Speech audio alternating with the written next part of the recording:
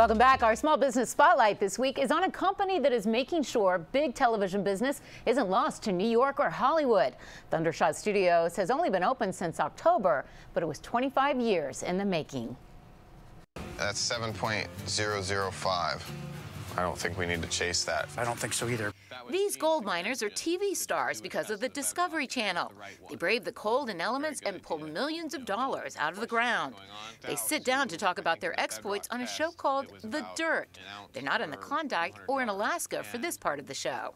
They're here in a studio in Fairfax County, Virginia. When you're dealing with talent, like we have, gold rush gold miners, and they're not professional talent. They're gold miners. And I don't want to paint them like, these prima donnas, but they're, they have their needs, and this place accommodates. It really does. I've been designing the space in my head for 15 years because I've just kept track of everything that bothered me in other studios. ThunderShot Studios is a Hollywood caliber studio and a labor of love for Northern Virginia couple Lars Sandvik and Amy Kruger. We added those bar joists to hold the 53,000 pounds of the lighting grid, which is what it weighs when it's fully loaded. The couple invested all of their personal savings and stretched their loans to the max because they saw the market for quality. There are 6 layers of 5/8" drywall with green glue in between them to absorb all the energy. And if we close this door, you will quickly realize that you've left the outside world behind you.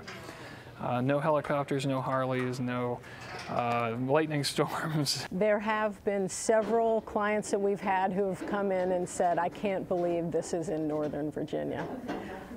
They are amazed at just the thoughtfulness of the design of the space. This space is designed to beat the clock.